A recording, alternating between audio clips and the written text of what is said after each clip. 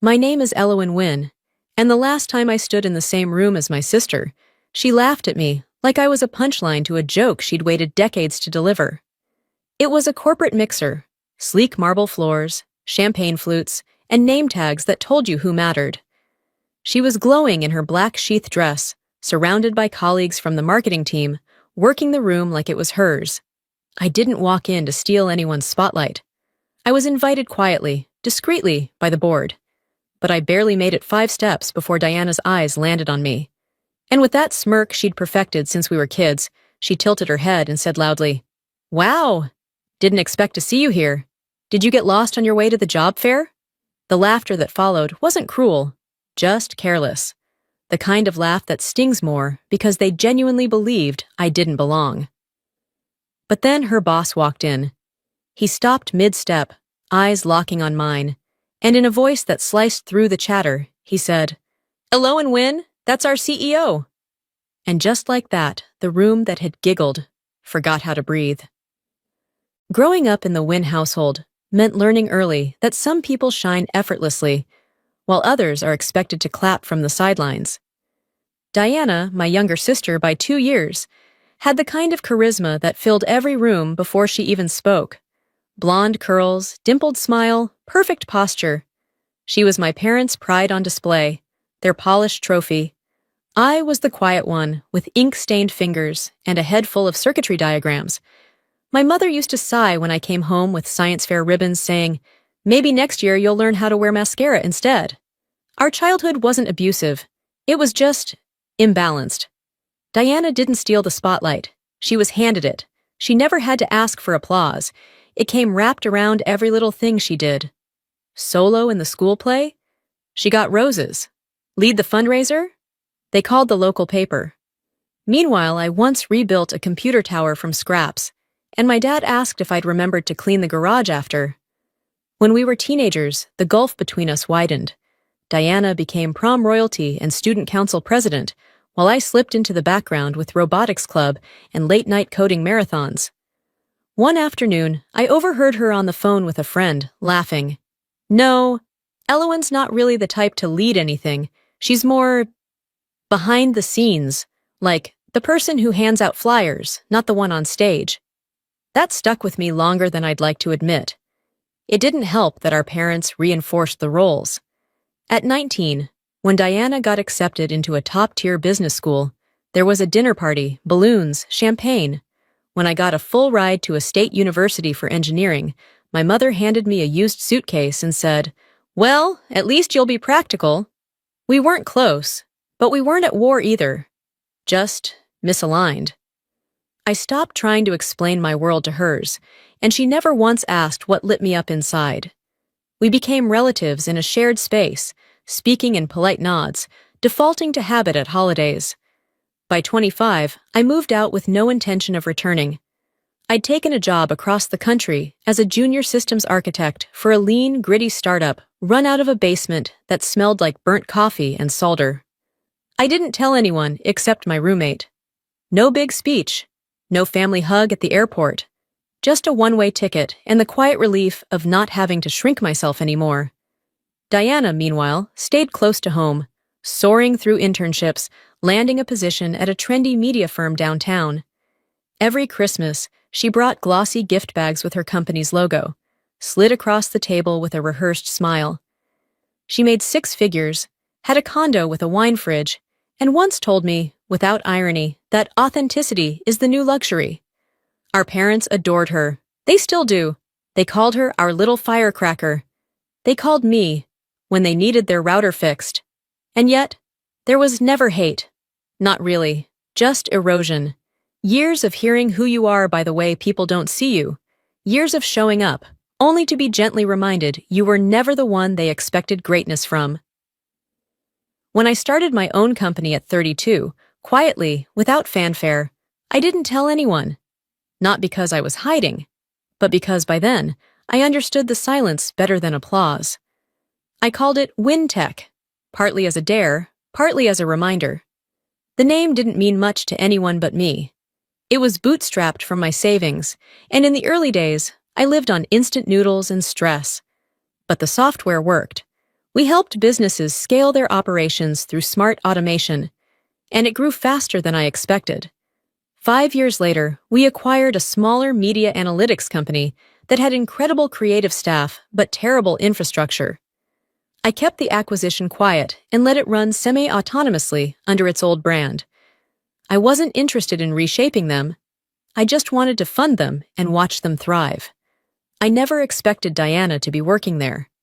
Not until her name popped up during a quarterly review. Diana Wynn, Senior Brand Strategist. I paused, blinked, then kept reading. No action required, no confrontation necessary. She was thriving, and so was I. In parallel, in silence, until the night she mocked me in front of a crowd, without ever realizing whose name paid for the champagne in her glass. I don't remember the moment WinTech took off. There was no thunderclap, no Forbes article, no sudden flood of investors banging down the door. It was quieter than that, like a slow, steady tide creeping in at night while the world sleeps. My first few years running the company were brutal. I wrote code in the mornings, pitched clients in the afternoons, and responded to support tickets long after midnight. I learned how to make a pitch deck that didn't look like it was designed in a basement. I learned how to speak to venture capitalists without shrinking.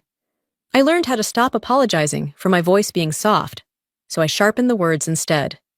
Every dollar mattered in those early months. I paid myself just enough to survive.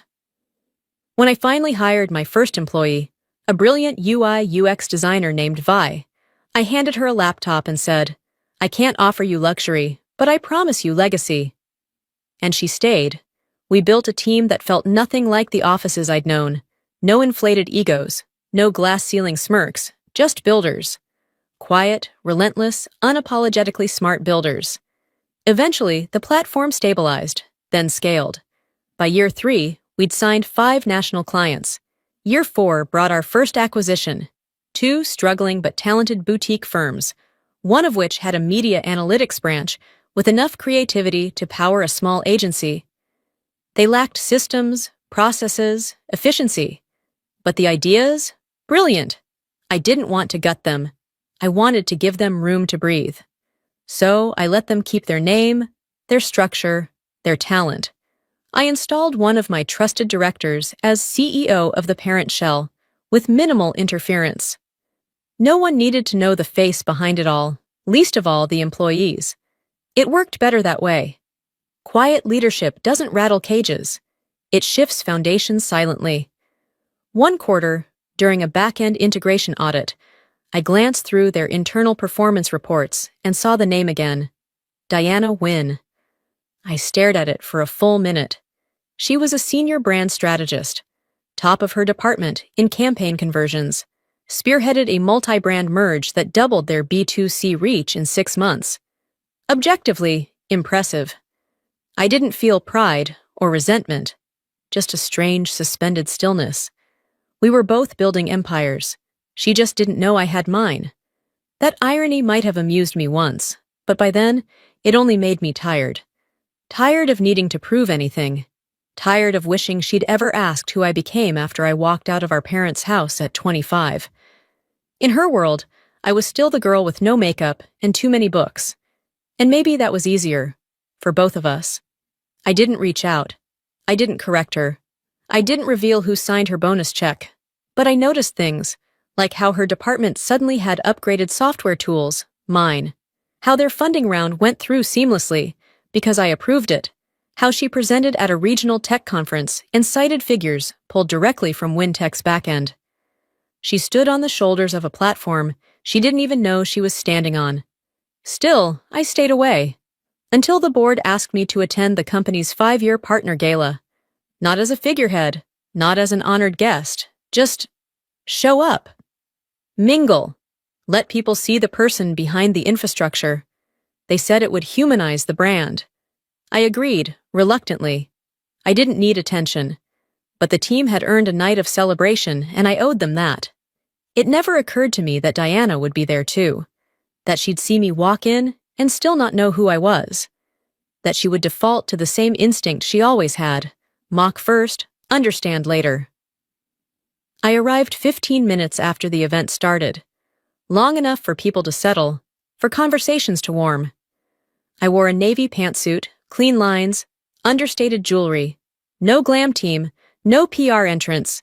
Just me, stepping into the lobby with my invitation on my phone. The moment her voice called out from across the room, I knew.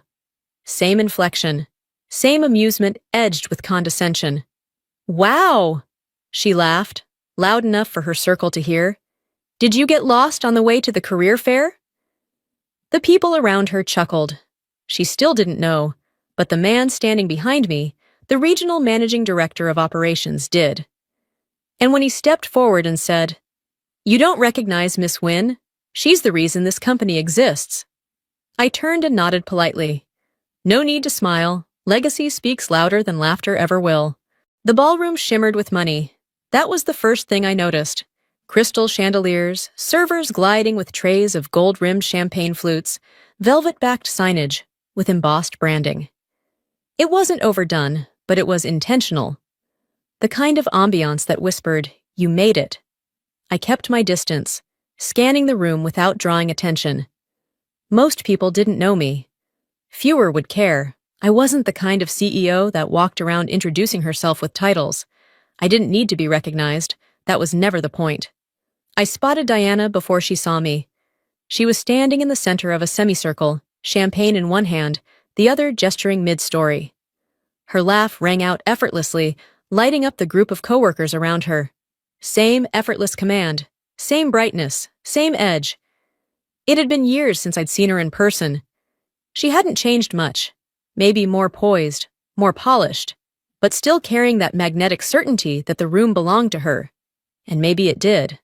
Until I stepped in. I didn't mean to interrupt. I truly didn't. I was walking toward the bar when she caught sight of me. Her eyes flickered, confused at first. Then recognition bloomed, followed swiftly by a smirk that curled just enough to sting. "Elowen?" she called out, her voice higher than necessary. "Oh my God, you came?" Several heads turned. I stopped, gave a neutral nod. She took a sip from her glass and tilted her head, mock curiosity oozing from every syllable. "What brings you here? You lost? Or just networking for something?" The group around her chuckled, not unkindly, just instinctively. The way people laugh when they're told it's safe to. Someone asked, "You two know each other?" Diana beamed. "She's my sister. Elowen was always the brains of the family. Just never the event type, you know?" I could have said something. I had a dozen truths in my mouth, any of which would have burned through her facade in seconds. But I didn't, because I knew what was coming.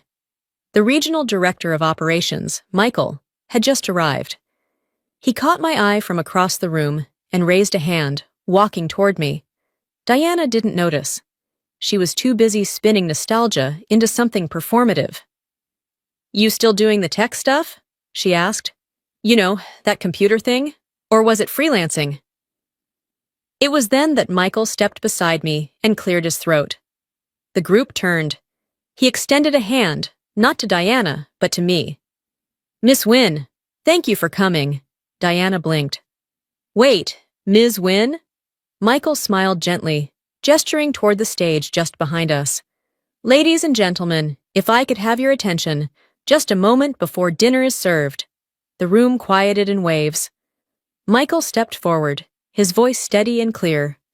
"I'd like to introduce someone very important to our entire operation, someone whose vision and investment shaped the foundation of not only this branch, but the growth we've experienced company-wide." A few heads turned toward me. Diana stared, frozen. "This is Miss Elowen Wynn," Michael said, "founder and CEO of WynTech, our parent company and the force behind every tool and strategy you use daily." Silence. Complete. Heavy. Even the music had stopped. Diana's face was unreadable. Not because she was composed, but because she didn't know what expression to wear. Her mouth parted slightly, eyes flitting between me and the people now looking at her for answers. I didn't gloat. I didn't smirk. I just stepped forward, took the microphone Michael offered, and said, "I'm honored to be here tonight. Not to be recognized, but to recognize you. Your work, your creativity, your resilience. I built the tools, but you made them sing. Applause broke out. Polite, measured, but real. I handed the mic back and turned toward the bar. As I walked past Diana, she whispered, just loud enough for me to hear, "You never said anything?" I didn't stop walking, but I replied softly without turning.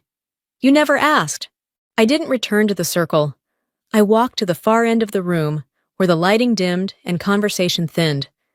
Not because I was upset, just full.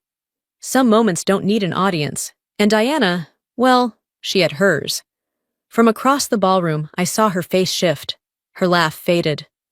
The color drained slowly, like realization creeping up her spine. A coworker leaned in, whispered something. She nodded stiffly. Michael approached with a glass of wine. "You handled that well," he said. "She didn't know," I replied. "She does now," he said, and walked off with a respectful nod. The room adjusted like a stage being relit. People looked over with new eyes. A few approached, cautiously. Polite congratulations, small talk, subtle respect. I offered the same calm I always had. Let them come to their own conclusions. I wasn't there to impress them. I was simply the truth that had always been standing behind the curtain. I noticed Diana slip away toward the restrooms. When she returned, her eyes were pink. Not from crying, not quite, but shaken, and trying not to show it. By dessert, I was ready to leave. The staff brought out plated cakes, and the playlist softened to jazz. I thanked the coordinator and turned to go, only to find her standing by the exit, waiting. "You have a second?" she asked. "Just one," I said. We stepped into the hallway outside the ballroom. "I didn't know," she said. "I know," I replied. She looked down at her hands. "Why didn't you ever say anything?" I shrugged lightly. "Because you never asked." "I wasn't trying to be cruel earlier," she added. "I just didn't expect— you always stayed away from stuff like this. And you always assumed that meant I didn't belong." Her mouth opened slightly, then shut again. For once, she didn't have a quick reply. "I wasn't here to prove anything to you, Diana. I came because the board invited me, because the people in this company earned a night to be seen, and I respect that. I'm not interested in humiliating you." She nodded slowly, almost like she didn't trust her voice. "I believed what people told me about you," she said quietly. "That you were quiet, too much in your head. I never imagined that I was building something," I asked. She looked up. "That you were the one holding all this together." There was no pride in her voice, just something like awe or regret. I didn't let it hang too long. "We all become the version of ourselves people expect, unless we choose not to," I said. I stopped waiting to be asked about mine. That's when it changed. She swallowed hard, then said, "So what happens now?" "Now? You go back to your work, I go back to mine. Maybe next time we speak, it'll be as equals, not roles we didn't choose." She gave a faint nod. I turned and walked away. She didn't stop me. I never told our parents what happened that night. There was no speech, no text, no subtle drop of information between holidays or phone calls. What would be the point? To them, Diana would always be the bright one, the daughter with the polished smile and the clever quips, the one who brought home promotions and holiday photos that belonged in catalogs. And I was the quiet one with some company out east doing technical things, vague enough to be ignored, safe enough to forget. If I had told them I owned the very company Diana worked for, they would have blinked, confused, maybe proud in that shallow, belated way that tastes more like salt than sweetness. So I didn't. A week after the gala, Diana messaged me. "I'm sorry, I see it now." No excuses, no long explanations, just that. And for once, that was enough. I didn't respond, not to hurt her, just because I didn't need anything more. She'd seen it, truly seen it. 30 days later, I transferred 10% of my WinTech equity into a permanent employee trust. Quietly, no interviews, no social media posts, just a signature, a decision. Let the builders inherit what they helped create. As for me, I still enter rooms the same way, quiet, measured. but I don't walk small anymore. I don't wonder if I belong. I don't wait for anyone to acknowledge my place. Because now, when someone says win, they don't think of the girl who lit up dinner parties with curated charm. They think of the structure, the ownership, the vision. They think of the woman who built something unshakable and never once asked to be applauded for it. Not everyone needs a spotlight. Some of us become legacy by design.